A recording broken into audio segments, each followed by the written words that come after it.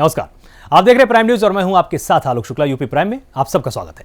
हाथरस कांड को लेकर सीएम योगी ने समाजवादी पार्टी पर जबरदस्त हमला बोला है। सीएम योगी ने विधानसभा में कहा कि हाथरस मामले में टोपी एक बार फिर से बदनाम हो गई है। सीएम योगी ने कहा कि हाथरस में हुए दुर्भाग्यपूर्ण घटनाक्रम में आरोपी सपा का निकला है। आखिर किसी भी अपराध में शामिल हर अपराधी का संबंध सपा से ही क्यों होता है। उन्होंने यह भी कहा कि हाथरस में आज सपा की एक रैली है जिसके पोस्टर उसे आरोपी के जरिए लगाए गए हैं। कल सोशल मीडिया में दिन भर चल रहा था कि टोपी वाला कौन। ये हाथरस की घटना ने कल इस टोपी के बारे को इस टोपी को फिर से कटघरे में खड़ा किया है।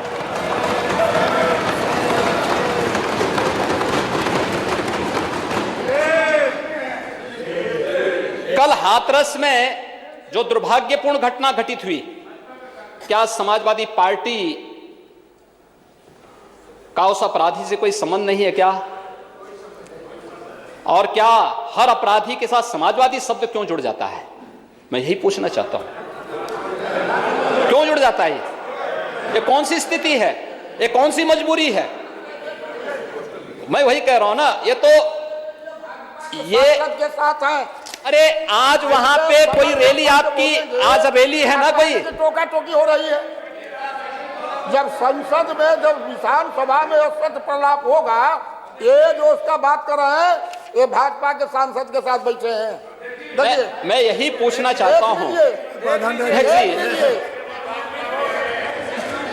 आज वहां पे समाजवादी पार्टी की एक रैली है और रैली के पोस्टर उस अपराधी के द्वारा लगाए गए हैं और समाजवादी पार्टी के नेताओं के साथ लगाए गए हैं। ये क्या साबित करता है? ये क्या साबित करता है? तो मैं वैसे ही नहीं बोल रहा हूं। मैंने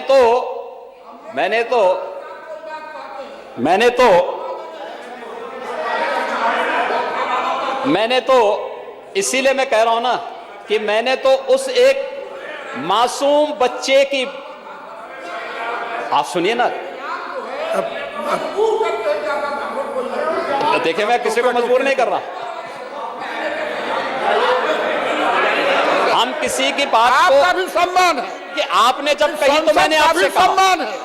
देखिए, और हम लोग सम्मान करते हैं सदन का, नेता सदन का, उस कुर्सी का, लेकिन असत्य का हम लोग सम्मान नहीं कर सकते। आपने जो बात कही मैं उसका बात कर, ये फोटो देखिए, आपका एमपी ना हो, मैं आपसे पूछना चाहता हूँ, आपका एमपी ना हो और वो मगरी ना हो साथ में, तो जो कहिए सो कहिए। मैं पूछना चाहता हूँ, आज ही समाजवादी पार्टी का सम्मेलन है पूर्व मुख्यमंत्री और समाजवादी पार्टी के सम्मेलन में उस अपराधी के द्वारा पोस्टर लगाए गए कि नहीं लगाए गए हैं?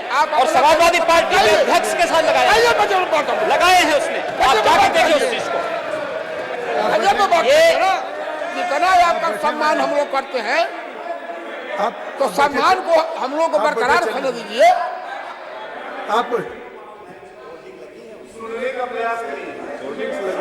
महोदय, ये होर्डिंग और जो पोस्टर वहां अलीगढ़ में लगे हुए हैं, किसके हैं और क्यों लगाए गए? कैसे लगा दिए गए? बाकी लोग क्यों चिल्ला रहे हैं? एक दिन में नहीं लगे हैं। आज इनका सम्मेलन है वहां पर, और उस सम्मेलन में वो पीड़ित बालिका भी चिल्ला चिल्ला के कह रही है कि उस अपराधी का संबंध किससे है। हम सच को एकदम झुटलाना चाहते हैं, हम सच को भी यानी धूल झोंकना चाहते हैं। समाजवादी आंदोलन को आपने एक अस्वाभाविक, अव्यवहारिक और एक अमानवीय आंदोलन बना दिया। और महोदय, इसीलिए लोग इसके बारे में अलग अलग चर्चाएं करते हैं, वैसे चर्चा नहीं करते। सच को स्वीकार करने की हिम्मत नहीं इन लोगों में। उत्तर प्रदेश में अपराध की घटनाओं में वृद्धि को लेकर बीजेपी पर निशाना साधते हुए कांग्रेसी नेता प्रियंका गांधी ने कहा कि योगी आदित्यनाथ सरकार के प्रचार के विपरीत हर रोज कोई न कोई परिवार न्याय के लिए चीख रहा है। कांग्रेसी नेता ने उत्तर प्रदेश में बीजेपी की नेतृत्व वाली सरकार पर निशाना ऐसे वक्त साधा है जब हाथरस जिले में बेटी से छेड़छाड़ की शिकायत वापस नहीं लेने पर एक आरोपी ने पीड़िता के पिता की गोली मारकर हत्या कर दी। प्रियंका गांधी ने ट्वीट कर कहा कि हाथरस में छेड़खानी के खिलाफ मुकदमा वापस नहीं लेने वाली एक लड़की के पिता की हत्या कर दी गई। बुलंदशहर में कई दिनों से गायब एक बच्ची का शव एक घर में गड़ा हुआ मिला है।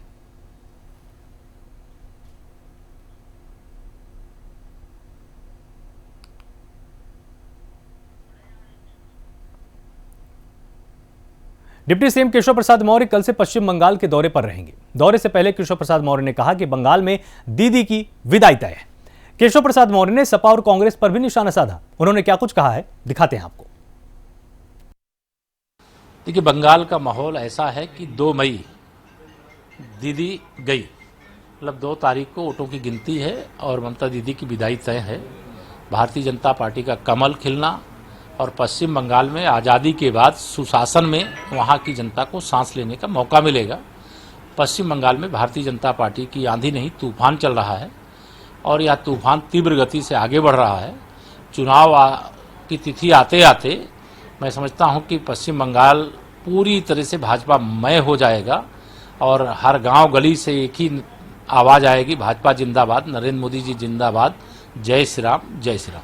सर, आपका कार्यक्रम कब से कब जाएंगे? मैं कल जा रहा हूं, 5 तारीख है, कल 4 तारीख है और 5, 6, 7 3 दिवसीय अभी मेरे कार्यक्रम 3 दिन के लगे हुए हैं और आगे के कार्यक्रम वहाँ की बैठकों की बात नहीं करेंगे। श्री अखिलेश यादव जी मुंगेरी लाल के हसीन सपने हर समय देखते हैं। उनको ये कोशिश होती है कि कैसे भारतीय जनता पार्टी की योगी आदित्यनाथ जी की अगुवाई वाली सरकार को निशाना बनाया जाए और समाजवादी पार्टी की अच्छाइयों को सामने लाया जाए।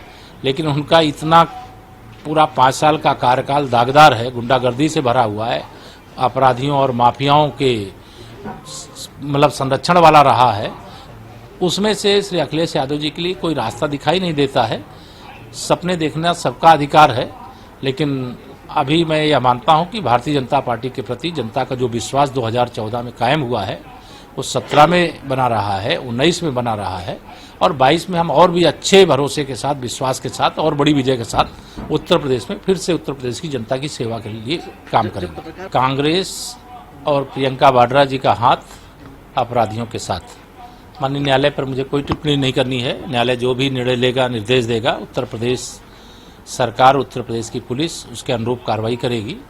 लेकिन कांग्रेस ने यह साबित कर दिया कि वह तुष्टीकरण का रास्ता नहीं छोड़ेगी, अपराधियों की मदद का रास्ता नहीं छोड़ेगी और उसी के क्रम में पंजाब में कांग्रेस की सरकार के माध्यम से लगातार एक बाहुबली, जिनके ऊपर अनेक अभियोग उत्तर प्रदेश के अंदर दर्ज हैं, उस पर कार्रवाई की आवश्यकता है और उनको उत्तर प्रदेश भेजने से लगातार बच रही है।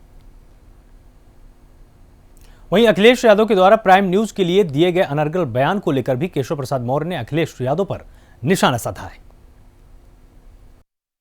देखिए, वो आक्रोशित पत्रकारों को सवाल करने का अधिकार है और जवाब देना उनकी जिम्मेदारी है। लेकिन इस प्रकार का, जब स्वयं एक पार्टी के राष्ट्रीय अध्यक्ष के नाते 5 साल उत्तर प्रदेश के मुख्यमंत्री रहे हैं और मुख्यमंत्री के पद पर जो रहा हुआ व्यक्ति है, उनके द्वारा इस प्रकार की बातें नहीं करनी चाहिए। लेकिन इस प्रकार के सवाल का जवाब कभी मौका मिले तो आप सब लोग उन्हीं से करिएगा। लेकिन समाजवादी पार्टी निश्चित तौर से ये सोचती है कि हम फिर से गुंडा राज वापस लाएंगे, तो मैं उनको यही कहना चाहता हूँ, जिस प्रकार से बिहार में जंगल राज वापस नहीं आया, वैसे ही गुंडा राज की वापसी उत्तर प्रदेश में असंभव है। वाराणसी के आराजी लाइन विकासखंड के शहंशाहपुर में बनास से बनारस तक कार्यक्रम का आयोजन किया गया, जिसमें राज्यपाल आनंदीबेन पटेल ने शिरकत की। राज्यपाल ने कार्यक्रम में गिर प्रजाति के 125 गाय किसानों को वितरित किए। गायों के पालन और पोषण के लिए बाकायदा किसानों को गुजरात से बुलाकर ट्रेनिंग दी गई थी। गिर गायों की प्रजाति को काशी में लाने का सारा श्रेय प्रधानमंत्री को जाता है। अब इस गायों से किसानों को आर्थिक तौर पर और समृद्धि मिलेगी। इस मौके पर मंच से लोगों को संबोधित करते हुए राज्यपाल ने बताया कि पिछले कुछ सालों में भारत में पशुधन की हानि हुई, जिसके चलते दुग्ध उत्पादन में भारी गिरावट दर्ज हुई है। गिर गाय न सिर्फ दुग्ध उत्पादन बढ़ाएगी, बल्कि लोगों को आर्थिक रूप से समृद्ध भी करेंगी।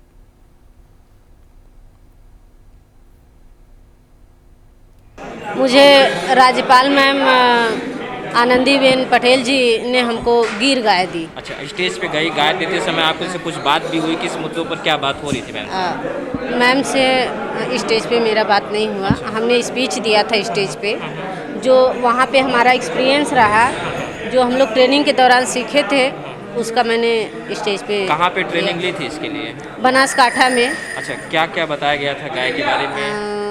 गाय के बारे में, इसके दुग्ध उत्पादन के बारे में बताया गया, फिर इसकी डेयरी दिखाई गई, जो इससे प्रोडक्ट बनते हैं वो सारे दिखाए गए। बिजनौर के जंदरपुर में युवक की हत्या का पुलिस ने खुलासा कर दिया और हत्याकांड में शामिल आरोपियों को गिरफ्तार कर लिया गया है। बताया जा रहा है कि मृतक की पत्नी का किसी गैर मर्द से नाजायज संबंध था, जिसका इकरामुद्दीन को पता चल गया, जिसके बाद दोनों के बीच नोकझोंक हुई। वहीं महिला ने अपने पति से पीछा छुड़ाने के लिए प्रेमी के साथ मिलकर पति को मौत के घाट उतार दिया और फरार हो गई। वहीं मृतक के भाई की तहरीर पर पुलिस ने जांच करते हुए मामले का खुलासा किया है। 28 फरवरी को इकरामुद्दीन की जो उम्र लगभग 30-32 वर्ष है, उसकी डेड बॉडी जंदरपुर का जो रहने वाला है मिली थी। उसके भाई की तरफ से, सलीम की तरफ से अभियोग पंजीकृत कराया गया। उसको डाउट था कि उसके भाई की पत्नी जो गुलशन है, उसके फुफेरे भाई के साथ जो जाकिर नाम है अवैध संबंध थे। पूछताछ के लिए इनको बुलाया गया। कड़ाई से पूछताछ करने पर जाकिर, उसकी पत्नी, जो जाकिर का सगा भाई, एक दूर का रिश्तेदार, 4 लोगों ने मिल करके मफलर से गला घोट करके उसकी हत्या करके डेड बॉडी फेंक दिया था बाग में।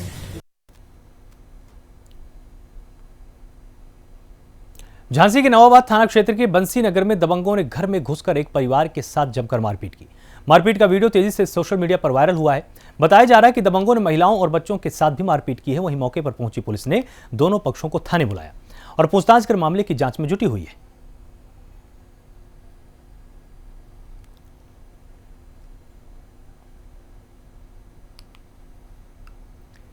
बस्ती के कोतवाली थाना क्षेत्र के रोडवेज के पास नर्सिंग होम में स्टाफ और तीमारदार आपस में भिड़ गए। बताया जा रहा है कि मरीज को डिस्चार्ज न करने पर नर्सिंग स्टाफ और तीमारदारों में नोकझोंक हो गई, जिसके बाद दोनों पक्ष आपस में भिड़ गए। इस दौरान गुस्साए डॉक्टर ने बच्चे को जहर का इंजेक्शन लगाने की भी धमकी दी। वहीं मौके पर पहुंची पुलिस दोनों पक्षों को थाने में ले आई और पूछताछ के बाद आगे की कार्रवाई में जुटी हुई है।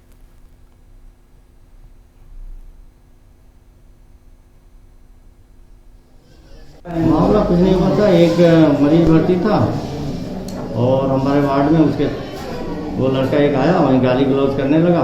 उसको समझाया बुझाया गया, उसी में धक्का मुक्की उसने किया और धक्का मुक्की स्टाफ से हुआ। और उसके बाद से वो कहने लगा कि हम देख लेंगे, ये कहते हुए अपना चला गया। सर, आरोप ये लगाया जा रहा है कि आपके द्वारा ये कहा गया है कि जहर का इंजेक्शन लगा दिया जाएगा, बच्चे को मर जाएगा। नहीं, ऐसा कोई डॉक्टर कैसे कर सकता, हम ऐसा कैसे कर सकते हैं? बाकी तो वहाँ सब मरीज थे, ऐसा और बात हम कभी कह ही नहीं सकते। मालूम नहीं है, बाहर मैंने निकला तो जब मारपीट वहाँ का तो हो गया, वहाँ से भागने लगे बच्चे को लेकर। तो बोले गाड़ी के पास आए कि चलो निकल चले, तो पकड़ बुलाए कि हम पकड़ लो साले को, सुई लगा दी उसको। हाँ, सुई लगाने के लिए, लेकिन मरीज को लेकर भागे बच्चे को लेकर। यही इतना मैं सुना, उसके साथ में तुरंत मैं भी निकल गया।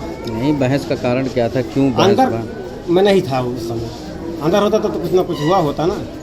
अब बाद में है? हाँ, बाद में मैंने आ रहा था, मेरा मरीज है ना, तो आपके सामने कहे कि जहर की सुई लगा दी। हाँ, यहीं पर बोले, गाड़ी से वहाँ से भागते आए थे, यहाँ पर बोले कि पकड़ सुई लगा दी उसको।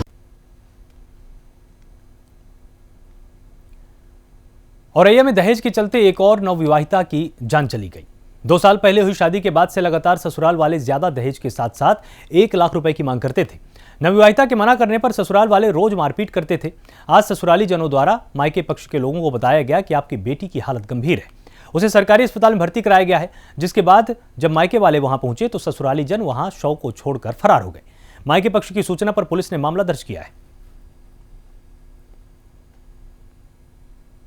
कल करीब 3-4 बजे थाना बिरना कोतवाली पर यह सूचना प्राप्त हुई थी कि कन्नपुर गांव में एक महिला जिसकी शादी करीब 2-2.5 वर्ष पूर्व हुई थी, उसकी मृत्यु हो गई है।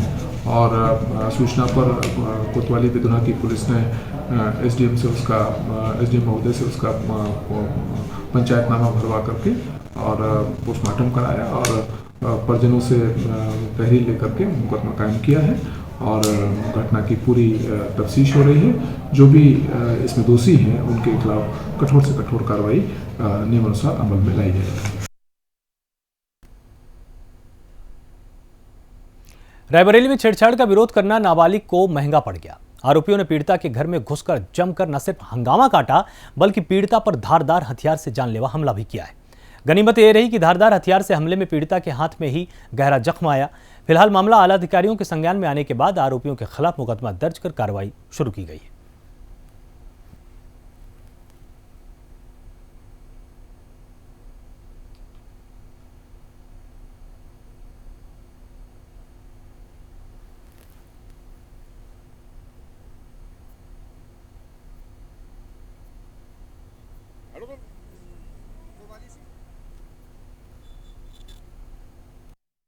आज संपूर्ण समाधान दिवस में जय सिंह नामक एक व्यक्ति जो ऊंचाहार थाना क्षेत्र के रहने वाले हैं, उनके द्वारा एक प्रार्थना पत्र दिया गया जिसमें ये बताया गया कि गांव के ही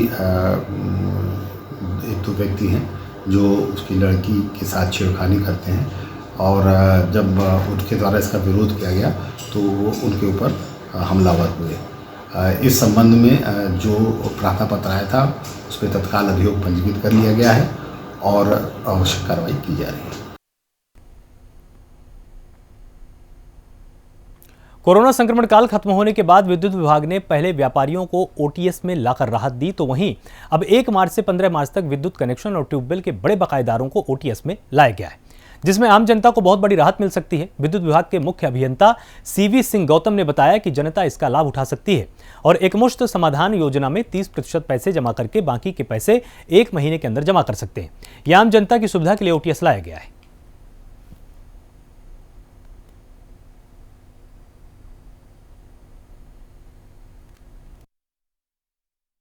जो ओटीएस की स्कीम आई है वो 1 मार्च से लागू हो रही है। उसमें घरेलू उपभोक्ता और ट्यूबवेल के निजी नलकूप उपभोक्ताओं के लिए विशेष तौर पर लागू की गई है। इसमें अगर उपभोक्ता अपना पैसा जमा कर देता है तो उसका पूरा जो ब्याज लगा हुआ है वो पूरे माफी का प्राविधान है। रजिस्ट्रेशन कराने के लिए उसको 1 तारीख से 15 तारीख तक का समय है। अगर वो उसमें 30% पेमेंट करके जो बिल है उसका और वो जमा कर देता है तो रजिस्ट्रेशन हो जाएगा। उसके बाद जो भी सरचार्ज है उसका वो उसको बता दिया जाएगा, इतना आपको सरचार्ज है और इतना आपकी पैसा आपको जमा करना होगा। उसको जमा करने का टाइम 31 मार्च तक का है। तो अगर करेगा तो बहुत सारा इसमें अच्छा खासा लोगों को, घरेलू उपभोक्ताओं को, ट्यूबवेल उपभोक्ताओं को जो पुराने बकायेदार हैं जो नहीं जमा कर पाए किसी कारण से, सरकार ने एक मौका दिया है, उसका फ़ायदा उठाएं और अपना कनेक्शन अगर कट गया है तो भी जुड़वाएं और कटने से बचाएं अपना कनेक्शन। फिलहाल तो यही है इसका। सर, व्यापारियों के लिए कोरोना काल में व्यापारियों का आया था। व्यापारियों के लिए किस तरीके से सुविधाएं? नहीं, व्यापारियों की सुविधा आ चुकी है पहले LMB2 में 28 फरवरी तक उनको बाकी जमा करना था। बहुत सारे लोगों ने उसका फायदा उठाया है। ऑलरेडी वो खत्म हो चुकी स्कीम, फरवरी तक में थी। जनवरी में रजिस्ट्रेशन था, फरवरी तक उनको जमा करना था। ये LMB2 कितने % लोग सर व्यापारियों ने कितने % व्यापारी इसका फायदे का लाभ उठाया है? काफी लोगों ने उठाया है। एग्जैक्ट आंकड़ा तो नहीं है लेकिन मेरा ख्याल है 10,000 से ऊपर के जो मेरे यहाँ का ही है, करीब 45% लोगों ने उसका फायदा उठाया था। एक होटल में सांसद वरुण गांधी की अध्यक्षता में कोरोना वॉरियर्स के सम्मान समारोह का आयोजन किया गया। इस दौरान सांसद ने डॉक्टर्स, नर्स, टेक्नीशियन सहित स्वास्थ्य विभाग को प्रशस्ति पत्र और स्मृति चिन्ह देकर सम्मानित किया है। सांसद ने जिले के डॉक्टर्स, नर्स, टेक्नीशियन सहित स्वास्थ्य विभाग की पूरी टीम का आभार भी व्यक्त किया है और कहा कि कठोर परिश्रम और हिम्मत के साथ अपने दायित्वों का निर्वहन कर जिले को आप सबने सुरक्षित रखा। अमेरिका जैसे शक्तिशाली देश ने भी अपने घुटने टेके, पर हमारे देश ने सामना कर कोरोना को हरा दिया है। कोरोना काल में जिला प्रशासन के साथ साथ डॉक्टर्स की टीम ने मिलकर जो काम किया है वो बेहद सराहनीय और प्रशंसनीय है।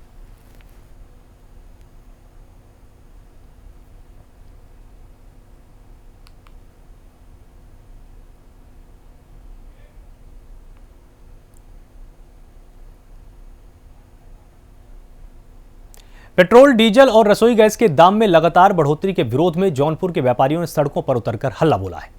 अखिल भारतीय उद्योग व्यापार मंडल के पदाधिकारियों ने सदस्यों ने शहर के सद्भावना पुल से शहर के कलेक्ट्रेट चौराहे तक जुलूस निकाला और सरकार से पेट्रोलियम पदार्थों की कीमत पर अंकुश लगाने की मांग की। व्यापारियों ने कहा कि लगातार पेट्रोलियम पदार्थों के दाम बढ़ रहे हैं और देश की जनता इससे परेशान है।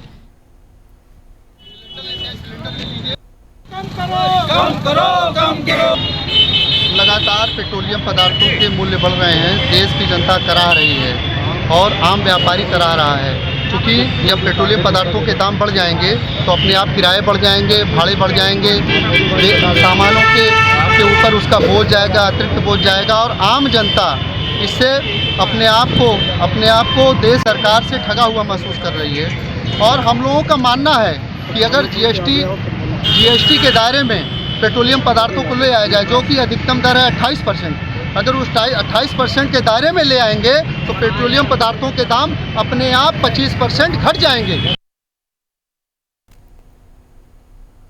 उत्तर प्रदेश की सरकार के बहन बेटियों की सुरक्षा को लेकर शुरू किए गए मिशन नारी शक्ति अभियान के तहत बहन बेटियों की सुरक्षा के साथ ही अब सरकारी विभागों ने एक कदम आगे बढ़कर बेटियों को सुविधा दिलाने के लिए 1 दिवसीय ड्राइविंग लाइसेंस बनवाने का कैंप लगाया।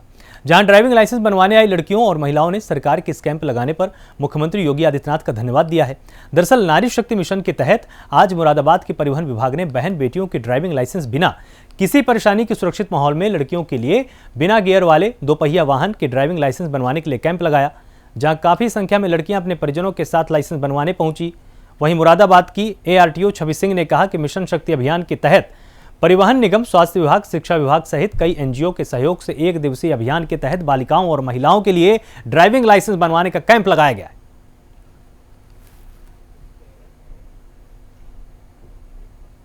प्रदेश सरकार द्वारा माननीय मुख्यमंत्री जी ने मिशन शक्ति कार्यक्रम के अंतर्गत 26 फरवरी 2021 से लेकर 8 मार्च 2021 तक विभिन्न विभागों में मिशन शक्ति कार्यक्रम का आयोजन करवाया है, जिसके अंतर्गत परिवहन विभाग, पुलिस विभाग के सहयोग से, ट्रैफिक पुलिस के सहयोग से, शिक्षा, स्वास्थ्य एवं NGOs, विभिन्न NGO के सहयोग से हम लोग भी अपने विभाग में मिशन शक्ति कार्यक्रम का आयोजन कर रहे हैं, जिसके अंतर्गत आज हम लोगों ने विशेष कैंप लगवाया है, जिसमें महिलाओं को सशक्त करने के लिए उनको लाइसेंस, ड्राइविंग लाइसेंस के लिए आवेदन करवाने का कैंप है।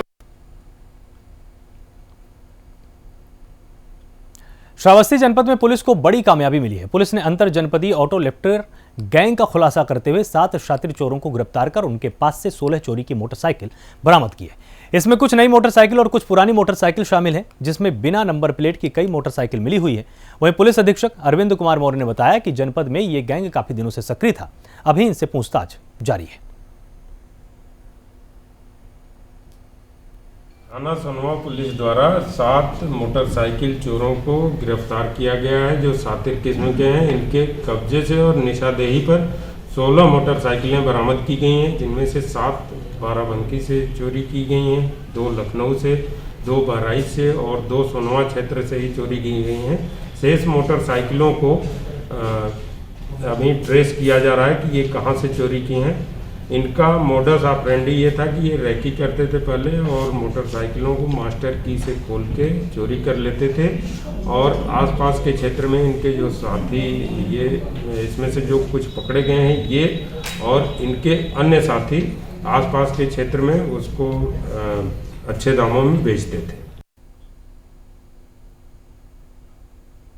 गोंडा के वजीरगंज थाना क्षेत्र में पुलिस ने शातिर चोर गिरोह का पर्दाफाश किया है और 2 चोरों को गिरफ्तार किया है।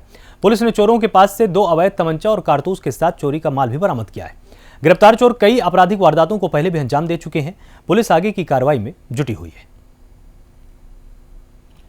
और थाना वजीरगंज क्षेत्र में नवंबर माह और जनवरी माह में 2 चोरियां हुई थी। कस्बे में ही एक बैटरी की दुकान में चोरी हुई थी और एक ग्राहक सेवा केंद्र में चोरी हुई थी।